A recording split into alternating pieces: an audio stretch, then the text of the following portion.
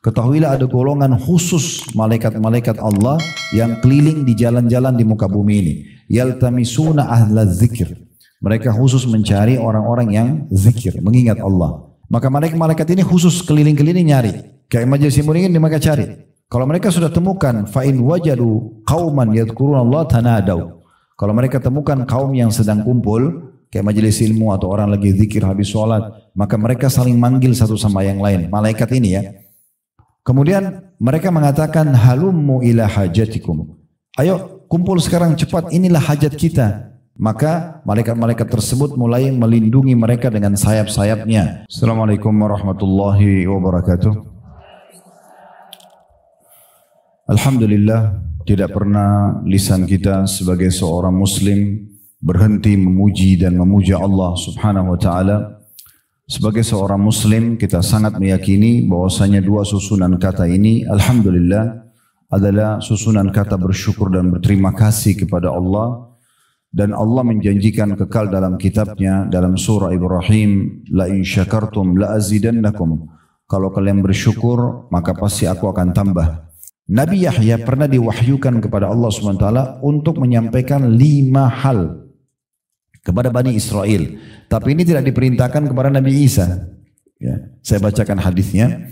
Nabi SAW mengatakan, Inna Allah auha ila Yahya bin Zakaria bi 5 kalimatin an ya'mala bihinna. Sesungguhnya Allah memerintahkan kepada Nabi Yahya untuk menyampaikan 5 atau mewahyukan 5 kalimat yang dia diperintahkan untuk mengamalkan 5 itu. Wa ya'mur Bani Israel an ya'malu bihinna, dan memerintahkan Bani Israel untuk mengerjakannya. Berarti di sini khususkan untuk Bani Israel. Tapi karena Nabi Muhammad SAW menukil kepada kita, kalau beliau sudah sampaikan berarti bagian juga daripada hal yang kita dianjurkan ya. Faka'anna abta'a bihinna, tapi Nabi Yahya terlambat dalam menerapkannya. Begitu terima wahyu tidak langsung diterapin untuk dirinya, tidak langsung disampaikan. Fa'atahu Isa faqal inna Allah amaraka bi 5 kalimatin an ta'amala bihinna. Lalu Nabi Isa diperintahkan oleh Allah untuk menegur Nabi Yahya. Nabi Isa datang lalu mengatakan, sesungguhnya Allah perintahkan kamu dengan 5 kalimat agar engkau mengamalkannya. Wa ta'muru Bani Israel an ya'malu bihinna, dan kau juga diperintahkan untuk menyampaikan kepada Bani Israel untuk mengamalkannya. Fa imman tukhbirahum wa imma an ukhbirahum. Sekarang ambil keputusan, kamu mau sampaikan pada mereka atau aku yang sampaikan?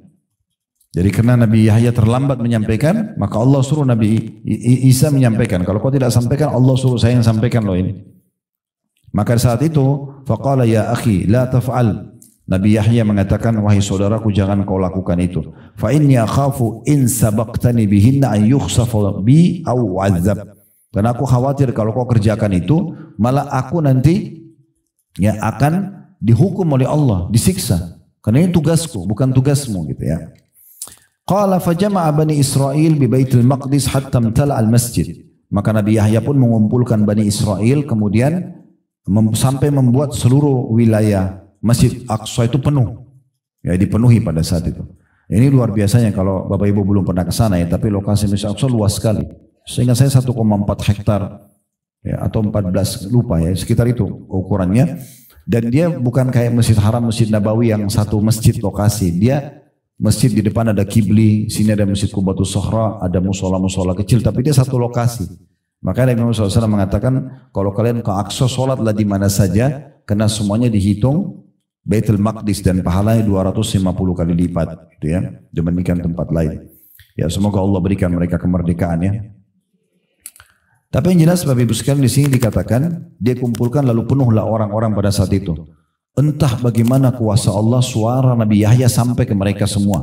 Waktu itu belum ada pengeras suara, tapi mereka semua mendengarkan. Wa qa'adu 'ala syarafat, sampai-sampai mereka duduk di beranda-beranda semua pelosok Masjid Aqsa. Thumma khatabahum faqal, wa Nabi Yahya mulai berkhutbah dan berkata, Inna Allah auha ilayya bi 5 kalimatin an a'mala bihinna wa amura Bani Israel an ya'malu bihinna. Ketahuilah Allah perintahkan kepadaku 5 kalimat yang aku harus amalkan, 5 pesan dan untuk menyampaikan kepada Bani Israel juga untuk mengamalkannya. Awwaluhunna, yang pertama, alla tusyriku billahi syai'a. Jangan pernah kalian menyekutukan Allah dengan sesuatu apapun. Fa inna mathala man asyraka billahi kamathali rajulun ishtara 'abdan min khalisi mali bi dhahabin aw wariq. thumma askanahu daran. Faqala i'mal warfa ilayya faja'ala ya'mal wa yarfa ila ghairi sayyidihi fa ayyukum yarda an yakuna 'abduhu kadzalik fa inna Allah khalaqakum wa razaqakum fala tusyriku bihi syai'a. Pesan pertama Allah untukku dan untuk kalian, jangan pernah menyekutukan Allah, partnerkan Allah dengan makhluk, enggak boleh. Ini hukum yang berat sekali ya. Kayak orang salat baca dalam suratnya iyyaka na'budu wa iyyaka nasta'in, hanya kepadamu kami menyembah dan minta tolong, kemudian dia pergi kuburan sebelah mestinya minta-minta. Mana tadi statement dan komitmen dia mengatakan hanya kepadamu ya Allah, hanya kepadamu, kenapa minta pada kuburan tersebut? Ya, Imam Nawawi rahimahullah mengatakan saya heran dengan orang yang masih minta-minta pada kuburan, yang dia tahu kuburan itu sebenarnya berisikan manusia seperti dia yang sudah jadi tulang belulang. Gitu kan? Kenapa harus minta sama itu? Dan belum pernah dinukil satu kali pun para sahabat mereka datang setelah Nabi SAW meninggal lalu minta-minta dari kuburan Nabi Muhammad SAW. Dan Aisyah tinggal 30 tahun ranjangnya dia di sini, di situ kuburan suaminya Nabi SAW. Tidak pernah tuh beliau minta-minta pada Nabi di kuburan. Beliau berdoa kepada Allah Subhanahu Wa Taala. Dan kita diperintahkan agar minta kepada Allah sampai tali sendal kita pun putus minta kepada Allah. Kata Nabi SAW, minta apapun kepada Tuhan kalian walaupun sampai tali sendal kalian yang putus. Kita disuruh betul-betul manja kepada Allah SWT. Kurang lebih begitu. Jadi nggak boleh syirik. Termasuk syirik, Bapak Ibu sekalian hati-hati, jangan pakai jimat, pakai susuk. Ya. Mau buat suami suka, ibu-ibu pakai cara manusia. Ya, cara manusia itu tatapan matanya syahdu, lisannya santun, tangannya ramah, ya baik. So, disuka sama suaminya itu. Ya, nggak usah bawa foto ke dukun, ya, supaya suka, panggil jin. Ini nggak bisa. Syirik kepada Allah. Nggak boleh, kan gitu. Mau laris usahanya, nggak usah pakai kertas-kertas atau kucing yang ayun-ayun tangannya atau, ya. Nah itu keyakinan orang-orang non-Muslim, mereka yakin bisa panggil konsumen, bisa datangkan rezeki, nggak penting. Caranya gimana Ustaz? Supaya saya bisa usaha saya maju, sederhana kok. Modal halal, sistem halal, produk halal. Habis itu ikutin dengan sedekah. Saya jamin 100% laku. Coba deh, modalnya selalu halal walaupun sedikit, keberkahan akan ada. Produknya halal, sistemnya halal. Lalu jangan lupa hubungkan antara pendapatan kita, ekonomi ini dengan sosial. Bagi pada orang lain, maka akan banyak keberkahan.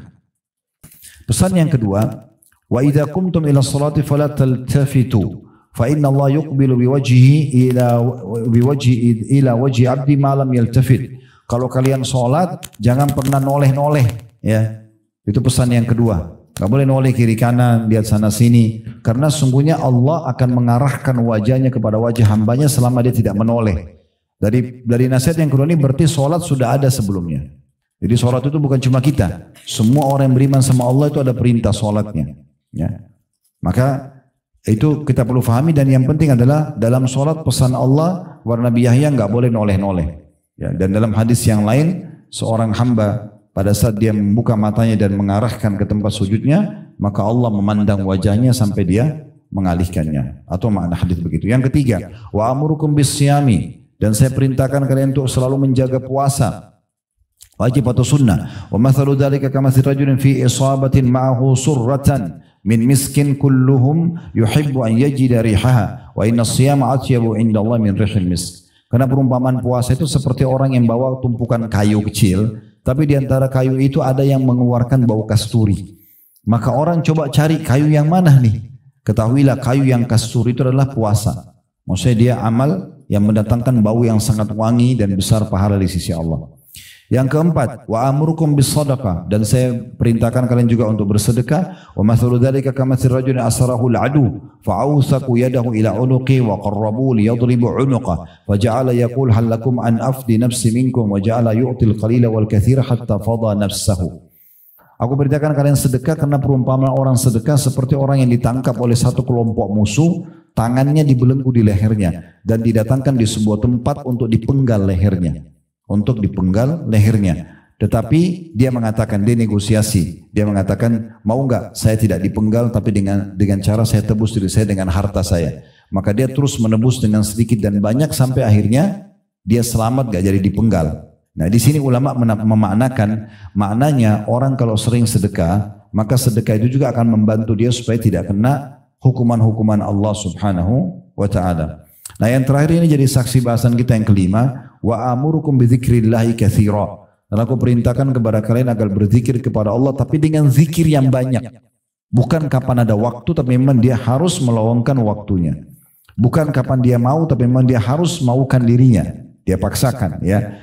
Bukan hanya sekedar kewajiban misalnya yang dibebankan misalnya habis sholat subhanallah 33, alhamdulillah 33, Allah Akbar. Tapi dia zikir lebih banyak daripada itu selepas tentunya sholat ya. Karena kalau ada penentuan jumlah, tempat, waktu ya kita tidak boleh tambah dan kurangi. Nabi SAW mengatakan zikir habis sholat subhanallah 33, alhamdulillah 33, Allah Akbar 33. Jangan bilang oh saya mampu baca 35.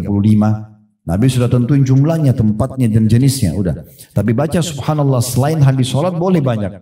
Boleh 100, boleh 1000 gitu kan. Nah kata Nabi Yahya yang kelima adalah saya diperintahkan untuk mengamalkan dan kalian juga amalkan untuk banyak berzikir kepada Allah. Wa mathalu dzalika kamathali rajulin talabahu al-adu sira'an fi asari. Karena perumpamaan orang yang berzikir seperti orang yang sedang dikejar oleh musuh dan musuh berhasil mendapat jejaknya. Artinya dia sudah akan dibunuh oleh musuh. Hatta ata hisnan hasina sampai dia menemukan sebuah benteng yang kokoh. Fa ahraza nafsahu fihi. Maka dia masuk melindungkan dirinya dalam benteng tersebut. Wa kadzalikal abdu la yanju minasyaitani illa bidzikrillah. Oleh karena itu ketahuilah seperti itulah perumpamaan seorang hamba, dia tidak akan mungkin selamat dari syaitan kecuali dengan zikrullah. Jadi ini poin teman-teman sekalian yang juga perlu digarisbawahi berumpamaan dengan zikir. Di antaranya juga hadis Nabi SAW dengan hadis yang sahih dari hadis Abu Musa al-Ash'ari radhiyallahu anhu. Nabi SAW bersabda, "Mathalul ladzi yadhkuru rabbahu wal ladzi la yadhkuru rabbahu mathalul hayy wal mayyit." Perumpamaan orang yang berzikir kepada Allah dengan orang yang tidak berzikir kepada Allah seperti orang yang hidup dan orang yang mati. Kita bisa bandingkan orang yang hidup masih bisa melihat, bisa ngomong, bisa aktivitas, yang mati sama sekali tidak bisa. Di dekat kantor kami pernah sholat Jumat dan kebetulan saya duduk di saf itu ada jenazah mau disolatin habis Jumat. Sebelahnya karena tempatnya mestinya kecil nggak besar. Jadi paling pojok misalnya sebelah sana ditaruh ada geranda jenazah, di saf awal ini semua orang sholat gitu. Terus saya kebetulan melihat kondisi itu sambil mendengarkan khutbah sambil saya merenung gitu. Subhanallah, orang yang jadi di geranda sekarang yang sebentar lagi mau disolatin ini manusia seperti kita. Baru beberapa jam yang lalu dia masih bisa sholat, masih bisa zikir, masih bisa segala macam. Tapi sudah mati, udah nggak bisa buat apa. Andai saja dia dikasih kesempatan ngomong, pasti dia akan bilang, saya juga mau ikut sholat. Ya, saya juga mau berzikir gitu kan, tapi sudah tidak bisa.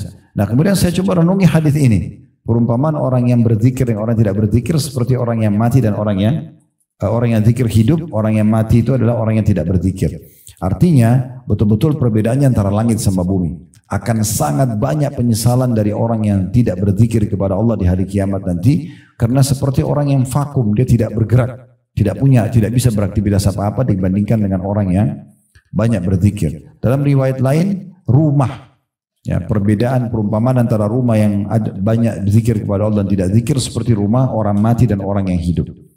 Ya, seperti orang hidup itu kan ada lampu, ada kehidupan, ada ngobrol. Nah seperti itu orang berzikir sama kuburan yang memang tidak ada orang di sana gitu ya. Kemudian selanjutnya mungkin saya tutup dengan ini ya. Tentang masalah tentu banyak sekali hadis, tapi kita tidak bisa baca semua. Nanti Bapak Ibu bisa murajaah di kitab zikir yang tadi saya bilang yang akan kita coba kirimkan ya. Tapi ada sebuah hadis yang menyebutkan tentang keutamaan majlis seperti kita. Insya Allah majlis ilmu begini ya. Atau misalnya Bapak Ibu hadir di satu masjid, semua lagi berzikir, yang sana lagi baca subhanallah, yang sini lagi baca alhamdulillah, sana baca Quran, yang sana lagi sholat. Orang di lingkungan kayak semuanya lagi berzikir tapi masing-masing. Nah ini punya keutamaan sendiri. Ya. Dan tidak masuk dalamnya orang yang berzikir rame-rame. Ya. Saya dia baca subhanallah, yang lain semua pada ikut semua, itu tidak masuk dalam masalah itu. Nanti kita jelaskan jabarannya ya. Tapi saya bacakan dulu hadisnya, hadis yang sahih. Abu Hurairah mengatakan radhiyallahu anhu bahwasanya Rasulullah SAW bersabda, Inna lillahi malaikatan yatufuna fit turuq. Ketahuilah ada golongan khusus malaikat-malaikat Allah yang keliling di jalan-jalan di muka bumi ini. Yaltamisuna ahla zikir. Mereka khusus mencari orang-orang yang zikir, mengingat Allah. Di antaranya majelis ilmu begini yang masuk dalam zikir. Atau orang baca Quran, atau orang berzikir, baca subhanallah, alhamdulillah, atau orang lagi sholat, itu semua dianggap zikrullah, bagian daripada zikir kepada Allah ya. Maka malaikat ini khusus keliling-keliling nyari. Kayak majelis ilmu ini mereka cari. Kalau mereka sudah temukan, fa in wajadu qauman yadhkurunallaha tanadaw.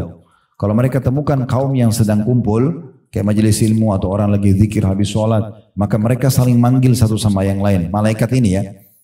Kemudian mereka mengatakan, halummu ila hajatikum. Ayo kumpul sekarang cepat, inilah hajat kita. Ini loh sebabnya Allah ciptakan kita, khusus pekerjaan mereka itu. Mencari majelis-majelis seperti ini. Fayahuffunahum biajniyatihim, maka malaikat-malaikat tersebut mulai melindungi mereka dengan sayap-sayapnya ila samai dunia, sampai ke langit dunia, langit yang pertama kita bisa lihat. Qala fayas'aluhum rabbuhum wa huwa a'lamu bihim ma yaqulu ibadi. Maka Allah pun bertanya kepada para malaikat tersebut sambil mengatakan, dan Allah lebih tahu sebenarnya. Allah bertanya ini bukan Allah tidak tahu, tapi Allah memang menugaskan malaikat lalu Allah tanyakan kepada mereka. Apa yang diucapkan oleh hamba-hambaku itu? Qala yaquluna yusabbihunak. Maka para malaikat mengatakan mereka bertasbih kepadamu ya Allah, wa yukabbirunak, mereka bertakbir kepadamu. Mereka bilang subhanallah, mereka bilang Allahu akbar, wa yahmadunak, dan mereka mengatakan alhamdulillah, wa yumajjidunak, dan mengagungkanmu ya Allah. Qala fayaqulu harrauni, maka Allah berfirman, apakah mereka sudah melihatku? Maka para malaikat mengatakan tentunya, fayaqulun la wallahi ya rabbi ma ra'auk, demi Allah mereka belum melihat engkau ya Allah. Qala fayaqul kaifa law ra'auni, maka Allah pun berfirman kepada para malaikat, bagaimana kalau mereka melihatku? Maka para malaikat mengatakan, law ra'auka kanu ashadda laka ibadatan. Kalau mereka melihatmu ya Allah sebagaimana kami bisa bertemu denganmu, maka pasti mereka akan lebih kuat lagi dalam beribadah, wa ashadda laka tamjidan, dan akan lebih memuliakanmu lagi, wa aktsara laka tasbihan, dan lebih banyak lagi bertasbih kepadamu. Qala fayaqulu fama yas'aluni, maka Allah bertanya lagi kepada para malaikat, mereka mohon apa kepadaku? Qala fayaqulun yas'alunakal jannah, maka para malaikat mengatakan mereka mau surgamu ya Allah. Orang dulu di majelis ilmu, orang berzikir, orang sholat, orang ngaji untuk apa? Untuk masuk surga. Mereka mohon surga ya Allah. Qala fayaqul wa hal ra'auha, maka Allah mau tanya lagi kepada malaikat, mereka sudah lihat surga itu? Qala fayaquluna la wallahi ya rabbi ma ra'auha. Maka para malaikat spontan mengatakan tidak, demi Allah mereka belum melihat wahai Tuhan kami. Fayaqul, maka Allah pun berfirman, fa kaifa law ra'auha, bagaimana kalau mereka sudah melihat surga itu? Qala yaqulun, maka para malaikat mengatakan, law annahum ra'auha kanu ashadda 'alaiha hirsa. Kalau mereka lihat pasti mereka akan lebih menjaga lagi. Wa ashadda laha talaban, dan mereka lebih giat untuk memohonnya. Wa a'zama fiha raqbah, dan lebih semangat lagi untuk mengejarnya. Qala fa mimma yata'awwadun. Allah tanya lagi kepada para malaikat, mereka berlindung dari apa? Qala yaqulun minan nar. Maka malaikat mengatakan mereka berlindung dari api neraka. Tujuannya kita duduk dalam majelis ilmu, kita sholat, kita berzikir kan supaya selamat dari neraka. Qala fayaqul wa hal ra'auha, maka Allah berkata, apakah mereka sudah melihat neraka itu? Qala yaquluna la wallahi ya rabbi wallahi ma ra'auha. Mereka mengatakan tidak, demi Allah mereka belum melihatnya. Qala fayaqul fa kaifa ra'auha. Lalu bagaimana kalau mereka sudah melihat neraka itu? Qala yaqulun, maka para malaikat mengatakan law ra'auha kanu ashadda minha firara. Kalau mereka lihat pasti mereka akan lebih menjauhkan diri, lari darinya. Wa ashadda laha makhafa, dan pasti lebih takut lagi. Qala fayaqul, lalu kemudian Allah pun berfirman kepada para malaikat, ushhidukum anni qad ghafartu lahum. Aku menjadikan kalian saksi bahwasanya aku sudah memaafkan dosa-dosa mereka. Qala yaqulu malakum minal malaika. Maka ada satu malaikat tiba-tiba nyeletuk mengatakan, ya, ngomong, fihim fulanun laisa minhum. Tapi dalam majlis itu ya Rasul, ya Allah, dalam majlis ilmu mereka, dalam sholat mereka, ada orang datang tapi bukan dari golongan mereka. Tujuannya datang ke sini mau ketemu teman, bukan mau pengajian misalnya. Bagaimana? Apa dapat juga gitu? Maka apa kata Allah SWT ini, karena berkahnya orang yang kumpul, ya karena ingin mengingat Allah. Inna ma ja'a lihaja, kan datang karena ada hajatnya saja. Qala humul qaumu la yashqa bihim jalisuhum. Kata Allah Subhanahu wa taala, mereka kaum yang tidak akan membuat orang-orang yang ikut bersama mereka itu rugi, ya. Artinya dapat juga orang itu. Ya. Karena keberkahan majlis itu sendiri, ya. Dalam riwayat lain saya langsung terjemahkan karena mirip ya, tapi cukup panjang. Sungguhnya Allah Tabaraka wa Ta'ala memiliki malaikat-malaikat yang terpuji, terpilih secara khusus. Mereka selalu mencari majelis-majelis ilmu dan majelis zikir. Kalau mereka mendapatkan majelis tersebut, maka mereka duduk bersama orang-orang itu sambil mereka melindungi satu sama yang lain dengan sayapnya sampai mereka memenuhi tempat itu dan memenuhi sampai ke langit. Kalau mereka sudah selesai dan mereka naik kembali ke langit bertemu dengan Allah, Allah pun bertanya kepada mereka dan Allah lebih tahu, dari mana kalian? Mereka mengatakan, kami datang dari hamba-hambamu ya Allah di bumi yang sedang bertasbih kepadamu, bertakbir kepadamu, mengucapkan la ilaha illallah ya, kemudian juga memujimu dan juga memohon kepadamu. Lalu kemudian Allah mengatakan, apa yang mereka minta? Para malaikat mengatakan, mereka minta surgamu. Kata Allah, apakah mereka sudah lihat surga itu? Kata para malaikat, tidak wahai Tuhanku. Maka kata malaikat, atau tidak wahai Tuhan kami. Lalu kata Allah, bagaimana kalau mereka melihat surgaku?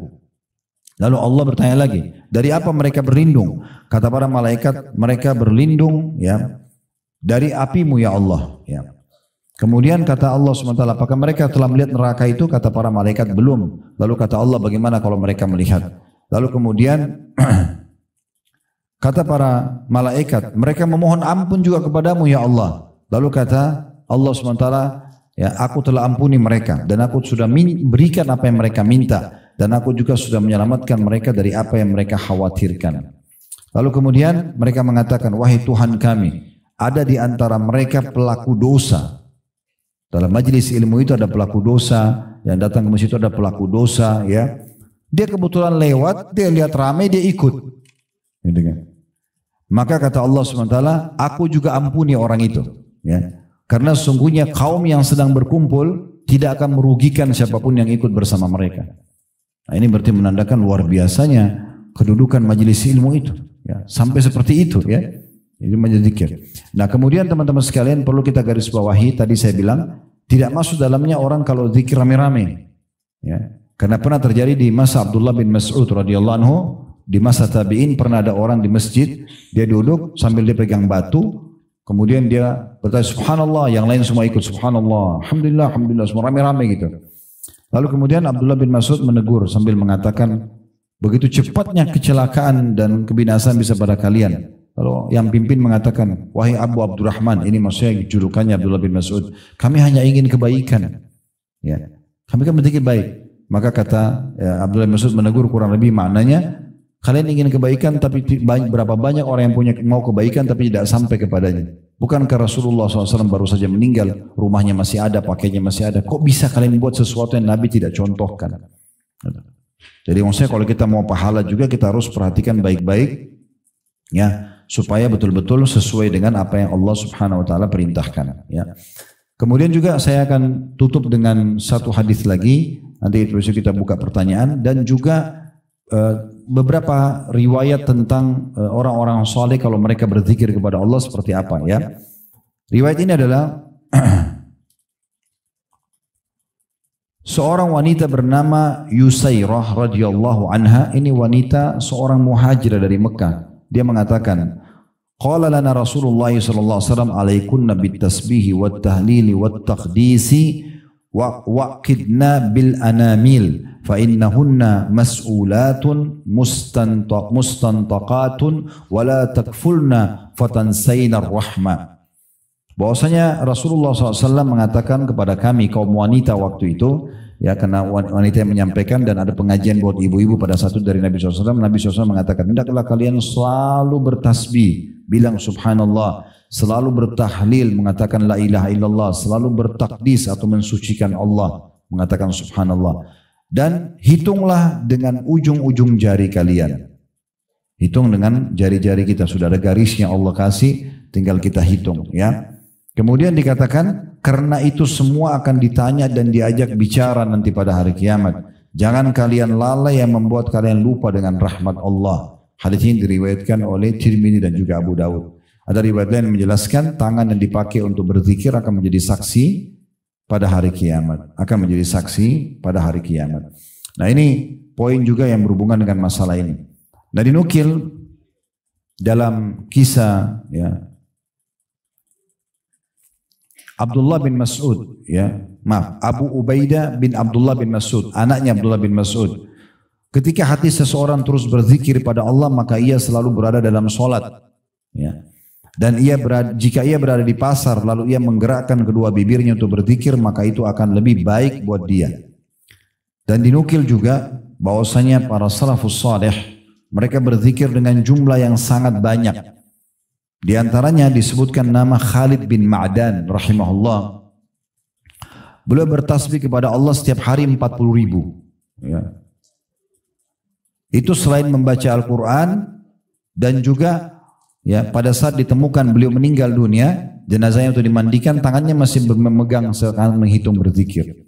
Karena sukanya berzikir kepada Allah subhanahu wa ta'ala. Mungkin ibu ada yang mengatakan dan bapak, gimana Ustaz zikir 40.000 kan banyak sekali. Jadi gini, poinnya Bapak Ibu sekalian bukan masalah jumlahnya, tapi keberkahan yang Allah berikan kalau kita sudah rutin kerjakan ibadah itu. Contoh gini, kalau orang belum terbiasa berdoa, dia berat berdoa. Atau kadang-kadang dia sudah sehabisan kata-kata, dia mau berdoa apa lagi?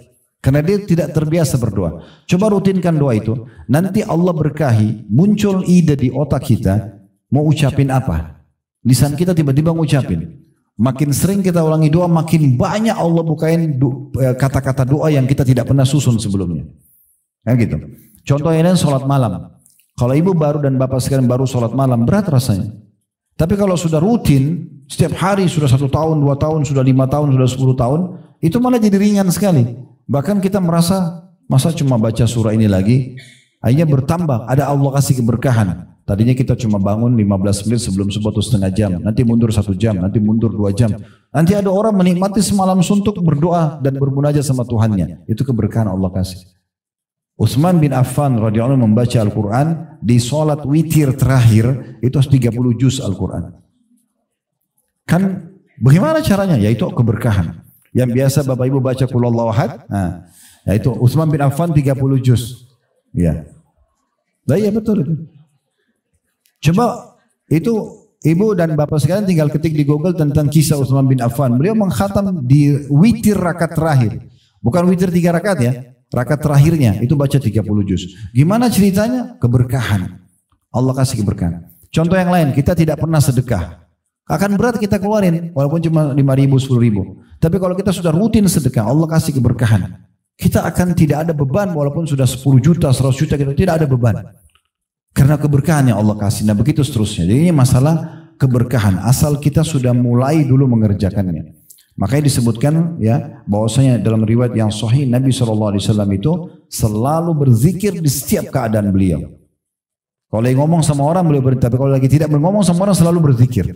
Disebutkan dalam hadis yang sahih riwayat Bukhari Muslim bahwasanya karena Rasulullah SAW yadhkurullaha ala kulli ahyanihi ya ala kulli ahyanihi. Kalau Nabi SAW selalu berzikir dalam setiap keadaannya. Jadi rutinkan aja. Ya. Dan zikir kan tidak terlalu banyak lafadznya ya. Ada astagfirullah, ada salawat, dan kalau mau lebih pendek kita baca Allahumma salli ala Muhammad gitu ya. Terus diulangi saya Allahumma salli ala Muhammad, Allahumma salli ala Muhammad. Kalau mau lebih lengkap bisa saja.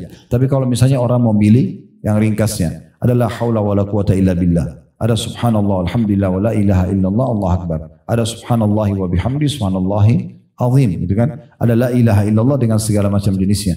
Tidak lebih dari 10 sebenarnya. Kurang dari itu jenis-jenis zikir. Jadi kalau Bapak Ibu lowongkan waktu untuk menyebutkannya dalam keseharian, anggaplah dimulai dari setiap zikir ini 10 kali aja. 10 kali subhanallah, alhamdulillah, la ilaha illallah, akbar, 10 kali astagfirullah, 10 kali salawat, 10 kali aja. Gitu kan? Di antara contoh kata Nabi SAW, siapa yang baca salawat kepadaku 10 kali di pagi hari, 10 kali di sore hari, maka akan dapat syafaatku hari kiamat. Pelan-pelan nanti tingkatkan jadi 20, jadi 30, nanti terus menerus akan lebih banyak dari itu insya Allah. Kapan kita Allah melihat keikhlasan kita, maka Allah akan mudahkan kita tentunya untuk ya, mendapatkan keberkahan di jenis ibadah itu. Allahu a'lam. Kita berdoa kepada Allah SWT semoga yang menghadiri majelis ini baik offline ataupun online ataupun siaran ulang dan live, semua diterima hajatnya dunia dan akhirat, dimudahkan urusannya, diampuni dosanya, diterima seluruh amal-amal solehnya, serta dipanjangkan umurnya di atas ketaatan kepada Allah Subhanahu wa taala, kesempurnaan ilmu, amal saleh, dan juga keberkahan di keluarga, di keturunan, dan juga di usaha-usaha yang sedang dikembangkan. serta semoga Allah SWT selalu menjaga negeri kita agar menjadi negara yang aman, tentram, damai. Allah jaga persatuan, kesatuan dan juga kemerdekaan kita, dan Allah berikan petunjuk kepada pemimpin untuk menjalankan tugas dan amanah dengan baik sesuai dengan syariat dan apa yang Allah halalkan tentunya, dan menjadikan masyarakat negara masyarakat yang gotong royong dengan pemerintah untuk menjaga persatuan, kesatuan dan juga kemerdekaan kita. Dan semoga Allah lunasi utang negara kita dengan semudah-mudahnya. Siapapun yang memberikan keburukan bagi Islam, bagi negeri kita, semoga Allah kembalikan tipu daya mereka kepada diri mereka sendiri. Dan kita doakan saudara kita di Palestina, terutama di Gaza dan Rafah secara khusus, dan dimanapun yang sedang tertindas, semoga Allah ikhlaskan niat mereka, terima para syuhada mereka, mulakan Islam di tangan mereka dan tangan kita semua, dan semoga Allah Subhanahu wa taala ikut sertakan kita bersama mereka di pahala, baik dengan doa, dengan harta, juga dengan jiwa kita, dan semoga Allah menyatukan kita semua di surga Firdausya tanpa hisab, mana disatukan dalam majlis ilmu yang mulia ini. Allahumma amin. Wa sallallahu ala nabiyina Muhammadin wa alihi wasallam. Walhamdulillahi rabbil alamin. Subhanakallahumma bihamdika asyhadu an la ilaha illa anta astaghfiruka wa atubu ilaik. Wassalamualaikum warahmatullahi